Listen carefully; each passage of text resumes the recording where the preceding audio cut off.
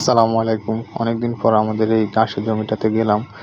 ওইখানে যাওয়ার পর দেখলাম যে আমরা গত কিছুদিন আগে যে ঘাসগুলো কেটেছিলাম সেগুলো আবার গোড়া থেকে নতুনভাবে জন্মাচ্ছে। যদিও এগুলো কাটার পর আবার খুব দ্রুত এগুলো বেড়ে ওঠে।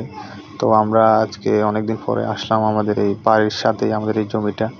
এসে দেখি যে ঘাসগুলোর গোড়া থেকে আবার নতুনভাবে গাছ জন্মাচ্ছিল। তো এগুলোর একটাই সমস্যা, যেখান থেকে কাটা হয় ওইখান থেকে আর জন্মায় না। এগুলো নিচের শিকড় থেকে আবার নতুন গাছ জন্মায়। এগুলোর একটাই সুবিধা যে একবার কাটলে ১ মাসের ভিতরে আবার এগুলো এরকম লম্বা হয়ে যায়। এখন যেগুলো দেখতেছেন এগুলো আমরা প্রায় ২০ দিনের মধ্যে এগুলো অনেক বড় হয়ে গিয়েছে। আমরা কিন্তু এই ঘাসগুলো কাটার পর কোনো ধরনের সার ব্যবহার করি না। এগুলো নিজে থেকেই বেড়ে ওঠে কোনো রকম সার ছাড়াই।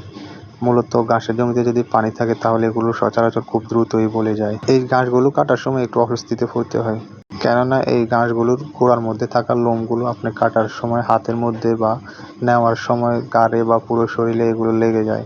পরবর্তীতে এগুলো প্রচুরভাবে চুলকায়। অনেক সময় দেখা যায় যে পোশাকের মধ্যে এই ঘাসের লোমগুলো লাগে, সেগুলো ধোয়ার পরেও সহজে যেতে চায় না। পরবর্তী সেই পোশাক গায়ে দিলে আবারও একইভাবে চুলকানো শুরু করে। এই ঘাসগুলো কাটার সময় নির্দিষ্ট একটা পোশাক ব্যবহার করলে ভালো হয়, কেননা প্রতিদিন যদি এই পোশাক গায়ে দিয়ে ঘাসগুলো কাটে তাহলে ওই একই পোশাকের মধ্যেই থাকবে এগুলো। আমার মতে সবচাইতে ভালো হয় যখন ঘাসগুলো কাটা হয় তখন কোনো একটা পুরনো চালার বস্তা বা কোনো একটা পুরনো ন্যাকড়া দিয়ে এগুলো বেরিয়ে ধরে তারপর নিয়ে যাওয়া আমার মতে অনেক ভালো হয়।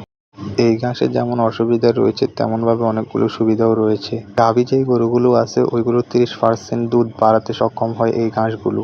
এই ঘাসগুলো গরুকে যত বেশি খাওয়াতে পারবেন তত বেশি দুধ বৃদ্ধি পাবে।